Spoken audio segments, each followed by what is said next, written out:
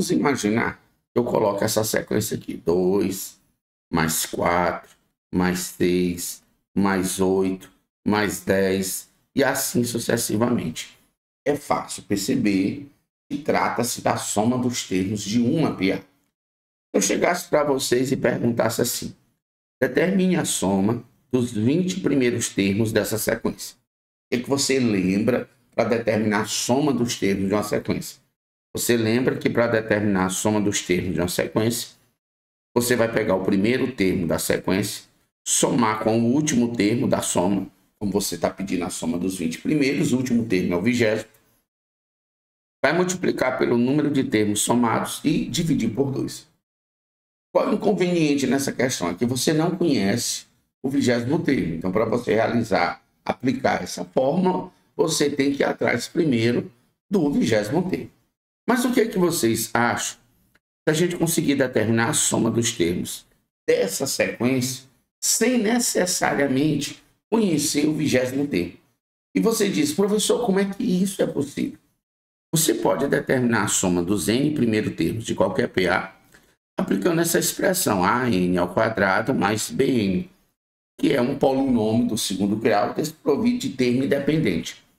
E eu posso dizer que a soma dos termos de todo e qualquer PA sempre vai ser um polinômio do segundo grau desprovido de termo independente.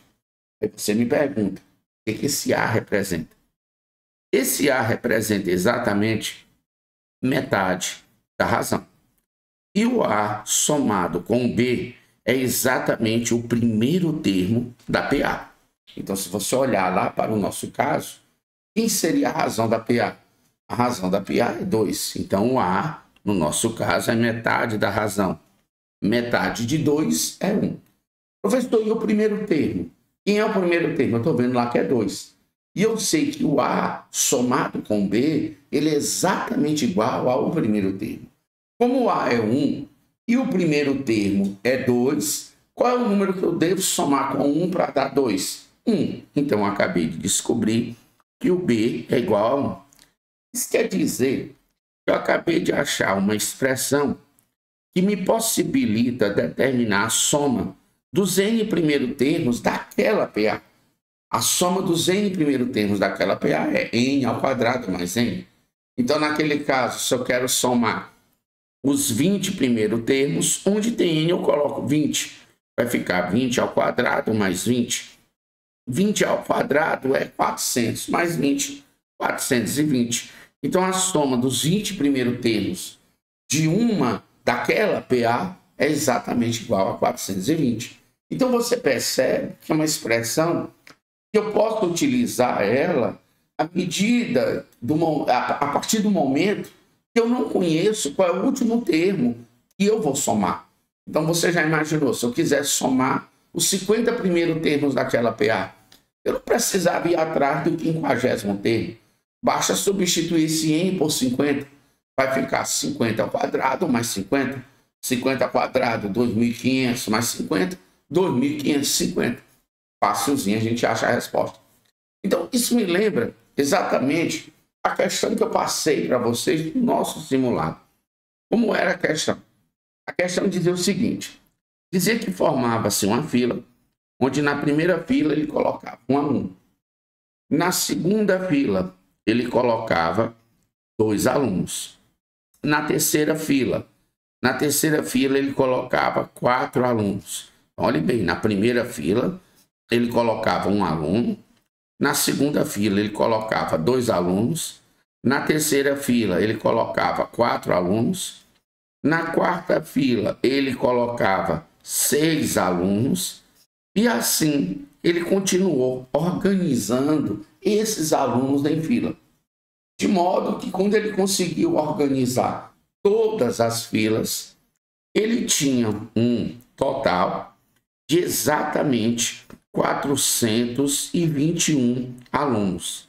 Ele perguntou quantas filas são necessárias para organizar esses 421 alunos.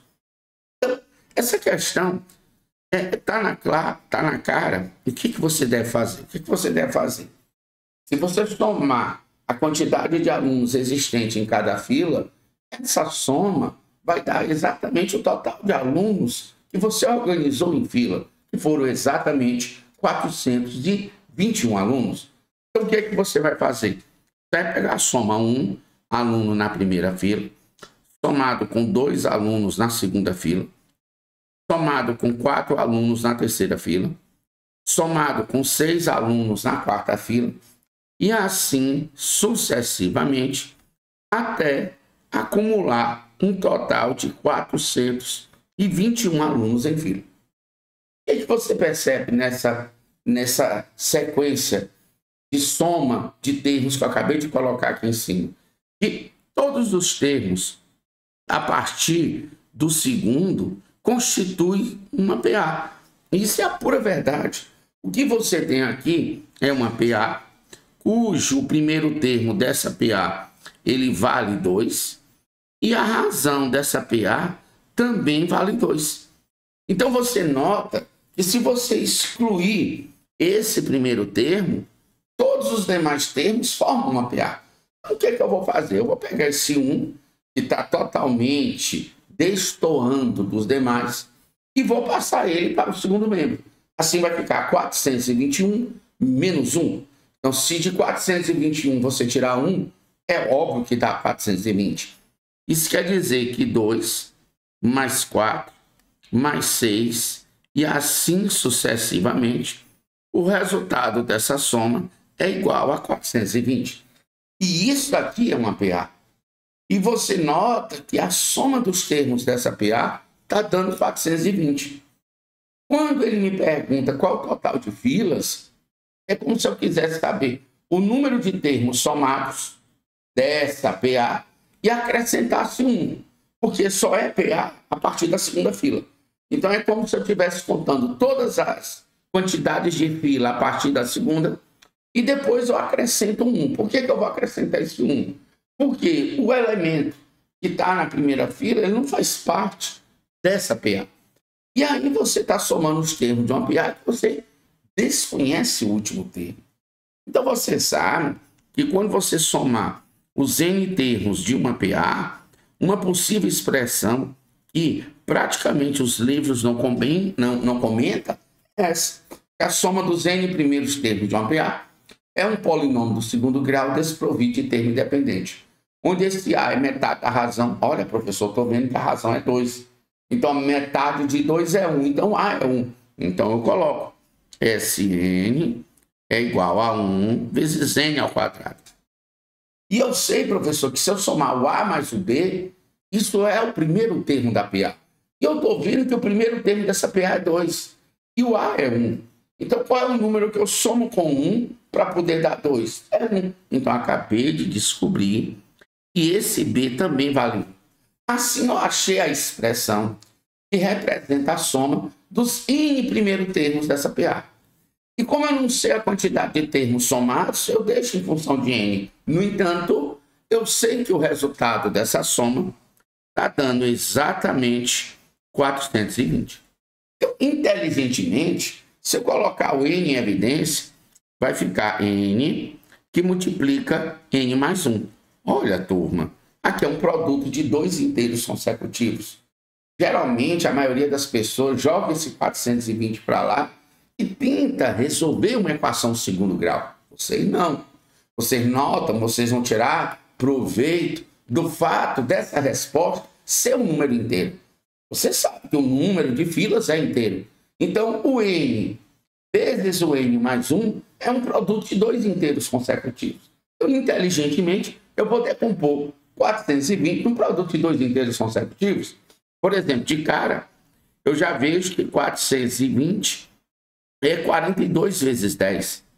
De cara, eu já estou vendo que 42 é o dobro de 21. Então, tem o dobro de 21 vezes 10. E minha intenção é decompor isso num produto de 2 inteiros consecutivos. Eu pego esse 2 e multiplico 10, fica 20 vezes 21. E 20 vezes 21 é um produto de 2 inteiros consecutivos. Então, ficou massa. Ficou massa porque N vezes N mais 1 são 2 inteiros consecutivos. E 20 vezes 21 também são 2 inteiros consecutivos. Então, cheguei à conclusão que esse N só pode ser o quê? Só pode ser 20. Claro, e o N mais 1 só pode ser o 21. Então, acabei de descobrir que o N que eu quero é 20. E o aluno está pensando, então a resposta da questão é 20? Não. São 20 filas a partir da segunda fila. Então, eu ignorei a primeira fila porque ela não fazia parte dessa PA, tá certo? Então, se eu fosse contar todas as filas, seria 20 filas a partir da segunda, mais a primeira fila, totalizando assim 21 filas. Então, eu vou precisar de 21 filas para poder organizar esses 421 alunos. Espero que eu tenha sido claro nessa explicação para vocês. E amanhã estarei postando novos vídeos. Até mais, pessoal.